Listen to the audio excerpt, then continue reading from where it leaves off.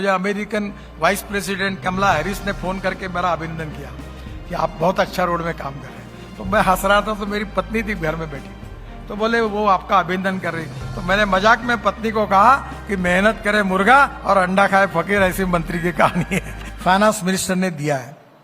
अब मुझे बताइए कि 6 राज्यों ने हमारे साथ एमओयू किया। ये जो आरओबी है, ये स्टेट रोड पर, डिस्ट्रिक्ट रोड पर, आपके शहरों में हम 100% पैसे से कर रहे हैं। इसके प्रपोजल करने में, काम शुरू करने में अभी तक 6 राज्यों ने एमओयू किया है। बाकी लोगों ने क्यों नहीं किया? आप करिए, प्रपोजल भेजिए, आरओबी मंजूर करिए और काम कराइए, जिससे आपके राज्य को फायदा होगा। ऐसी बहुत सी बातें हैं जिसमें ओनरशिप की आवश्यकता है। देखिए, अगर कोई एक्सीडेंट होता है तो लोग किसको जिम्मेदार मानते हैं? मिनिस्टर को मानते हैं। उसका अगर रेलवे का एक्सीडेंट हुआ तो बोलते हैं मिनिस्टर ने रिजाइन करना चाहिए। लाल बहादुर शास्त्री ने रिजाइन किया था। हवाई जहाज गिर जाता है तो एविएशन मंत्री का रेजिग्नेशन मांगते हैं। अब मुझे बताइए कि आप जब जिम्मेदार है तो आपने भी बोलना चाहिए ना कि ये क्यों नहीं हुआ। ये उसकी जो ओनरशिप है, हमारे बेटे पर प्रेम करना कैसे नेचुरल होता है, क्योंकि वो हमारा बेटा होता है, हमारे परिवार पर हम प्रेम करते हैं, पर हमारे दिए हुए जिम्मेदारी के काम पर भी हम उतना ही प्रेम क्यों नहीं करते? तो ये ओनरशिप आप में से अनेक लोग करते भी है। तो ये जो ओनरशिप है, ये रखकर केंद्र सरकार के सभी योजनाओं का फायदा लेकर आप काम करेंगे तो काम होगा। एक बहुत अच्छी बात हुई, एनुअल प्लान में हर बार रिस्ट्रिक्शन होता था। मैं बहुत बार बोलता था कि एनुअल प्लान अपनी ही है, रोड है, ये वो है। सेक्रेटरी साहब ने उसको मान्य किया, सीलिंग निकाल दिया। अब एनुअल प्लान में आप डालो, भेजो काम, पर land acquisition, utility shifting, forest environment clearance करके भेजो। अब आप उसमें कोई पैसे की मर्यादा नहीं है, हम स्वीकारने के लिए तैयार है। आप डीपीआर बनाओ, परफेक्ट बनाओ और भेजो। पर लैंड एक्विजिशन करने में 6-6 साल टाइम लग रहा है। इन्वायरमेंट फॉरेस्ट क्लियरेंस अटकी हुई है फाइल। यूटिलिटी शिफ्टिंग हो नहीं पा रहा। छोटा सा लैंड एक्विजिशन कर नहीं रहे, ईयर टू ईयर चल रहा है। मेरा आपसे अनुरोध है कि आपके राज्य में एनएचआई से रिलेटेड, आपसे रिलेटेड ये जो अटके हुए काम है, इसका फॉलोअप कौन करेगा, इसका रिव्यू कौन करेगा, और जो नहीं हो रहा उसके लिए सरकार के रूप में आपकी जिम्मेदारी है। अब मैं थोड़ी रोड बनाता हूं, मैं ना रोड बनाता हूं, ना मुझे टेक्नोलॉजी समझ में आती है, ना मुझे कुछ समझ में आता है। मुझे American vice president Kamala Harris ने फोन करके मेरा अभिनंदन किया कि आप बहुत अच्छा रोड में काम कर रहे हैं। तो मैं हंस रहा था, तो मेरी पत्नी थी घर में बैठी, तो बोले वो आपका अभिनंदन कर रही। मतलब मेरा अभिनंदन कर रही, पर मेरे को हंसी आ रही। बोले क्यों? मतलब मैं थोड़ी रोड बनाता, रोड कॉन्ट्रैक्टर बना रहे, रोड इंजीनियर बना रहे, रोड एनएचआई के ऑफिसर बना रहे, मेहनत सरकारी ऑफिसर कर रहे। तो मैंने मजाक में पत्नी को कहा कि मेहनत करे मुर्गा और अंडा खाए फकीर, ऐसी मंत्री की कहानी है कि क्रेडिट मुझे मिल रहा है। पर जैसे क्रेडिट भी मिलता है वैसे डिस्क्रेडिट भी मिलता है। एक एक्सीडेंट होने के बाद मीडिया पिटाई भी करती है। इसलिए हमें ओनरशिप लेकर, जिम्मेदारी लेकर, हमें हमारे राज्य के सभी प्रकार की समस्याओं के लिए रिव्यू मीटिंग लेनी चाहिए और रिव्यू मीटिंग में इसको रिजॉल्व करना चाहिए। और नहीं होता है तो ठोकना चाहिए। कैसे नहीं होता? आप सरकार हो, जो मंत्री बैठे हैं वो सरकार है, ये कभी होता नहीं। पर अगर सेक्रेटरी और अधिकारी कुछ भी लेकर उसके ऊपर बाद में आप जो लिखेंगे, वो संविधान ने आपको अधिकार दिया है, आप पॉलिसी मेकर हो, फिर उसकी जिम्मेदारी भी आपके पास आएगी।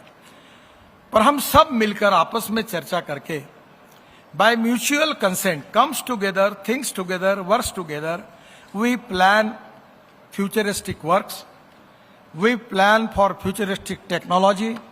और एक बात जरूर करिए कि innovation, entrepreneurship, science, technology, research, skilled and successful practices, we name it as knowledge and conversion of knowledge into wealth is the future. ये मैं बात रोज कहता हूं। मेरा आपसे अनुरोध है, आप ट्रांसपोर्ट मंत्री हैं, मैं आपको हाथ जोड़कर अनुरोध करता हूं कि एक संकल्प करिए कि इस देश का ट्रांसपोर्ट इस देश में तैयार हुए फ्यूल पर चलेगा। इंपोर्ट खत्म होगा, प्रदूषण खत्म होगा और ethanol, methanol, biodiesel, bio LNG, bio CNG, electric, green hydrogen. आप ट्रांसपोर्ट मंत्री है, मेरे घर पर हाइड्रोजन पर चलने वाली गाड़ी है और 28 तारीख को फ्लेक्स इंजन 100% बायो इथेनॉल पर चलने वाली टोयोटा की गाड़ी लॉन्च हो रही है। वो जो कैमरी गाड़ी थी जो 40% बिजली करती थी और 60% पेट्रोल, तो पेट्रोल के बजाय 100% इथेनॉल। अभी ये टीवीएस, बजाज, हीरो, इनकी टू व्हीलर 100% इथेनॉल पर हो गई। ये कर्नाटक इथेनॉल सबसे ज्यादा तैयार करता है। इथेनॉल का रेट 60 रुपए है, पेट्रोल का 120 रुपए है। पेट्रोल इंपोर्ट होता है, पोल्यूशन करता है, इथेनॉल किसानों का है। तो ये आप क्यों नहीं इसको इनिशिएटिव लेते हो, क्यों नहीं पीछे लगते हो?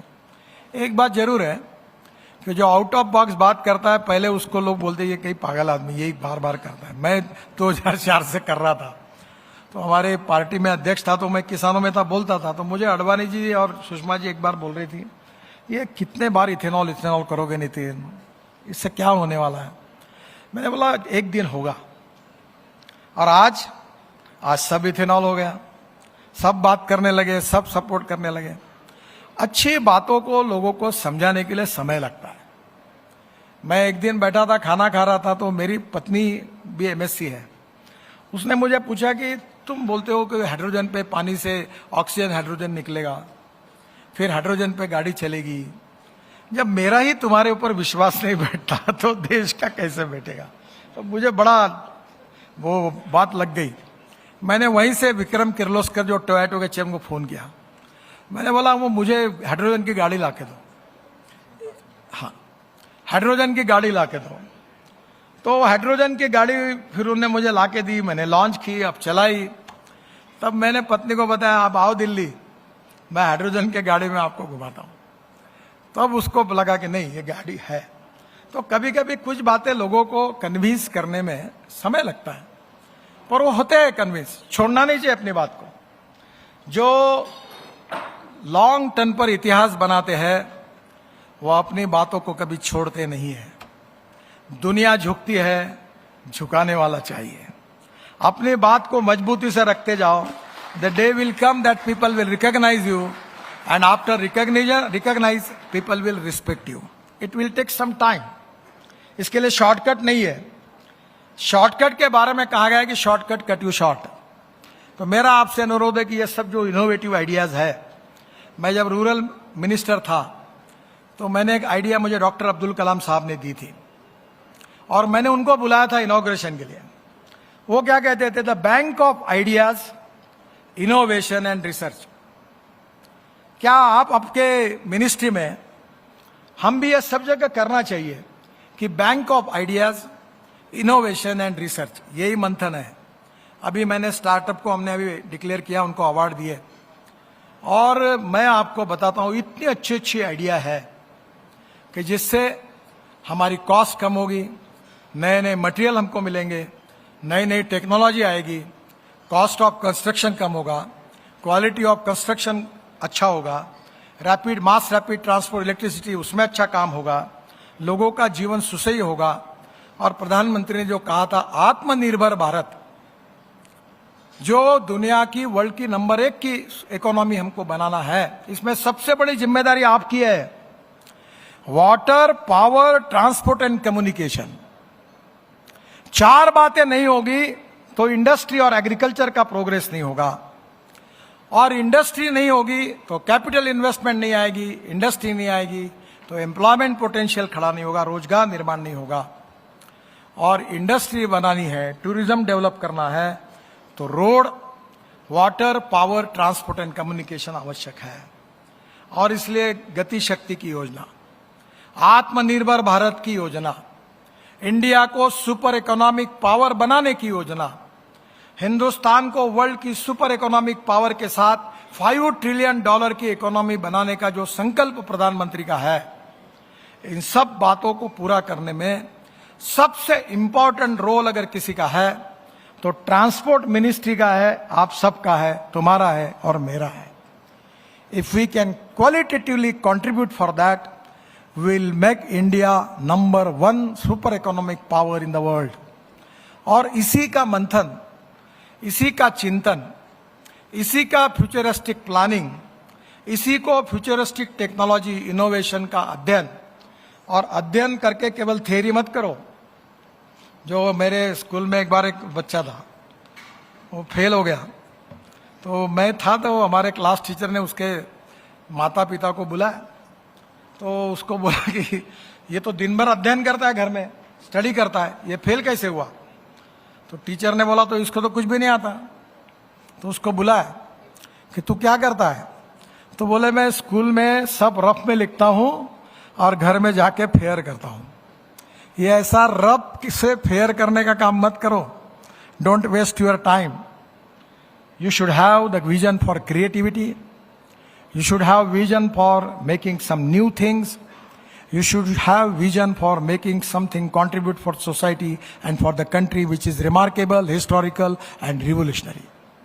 तो ये करने के लिए वो शिव खेरा कहते थे कि कुछ लोग एक ही चीज करते हैं और कुछ लोग ऐसे होते हैं कि जो लोग नहीं करते ऐसी चीज अलग अलग प्रकार से करते हैं। तो ये जो स्पेशली लीडरशिप आप सबको मिनिस्ट्री को देनी है, और इस सपने को पूरा करने के लिए इस मंथन में वैचारिक कंट्रीब्यूशन के साथ आप सबको काम करना है। डिटेल में सेशन वाइज चर्चा होगी, उसका अध्ययन करके उनकी अच्छी बातों को जो आपको कन्विंस होती है उसको लेकर आपके राज्य में आप यशस्वी रूप से इम्प्लीमेंट करिए, और देश को और राज्य को आगे ले जाने के लिए इस मंथन का उपयोग करिए। इसी अनुरोध के साथ फिर से एक बार आप सब इसमें शरीक हुए हैं, आपने कंट्रीब्यूट भी किया है। आप सबको, अधिकारियों को, मंत्रियों को, सबको हृदय से बहुत बहुत धन्यवाद देता हूं।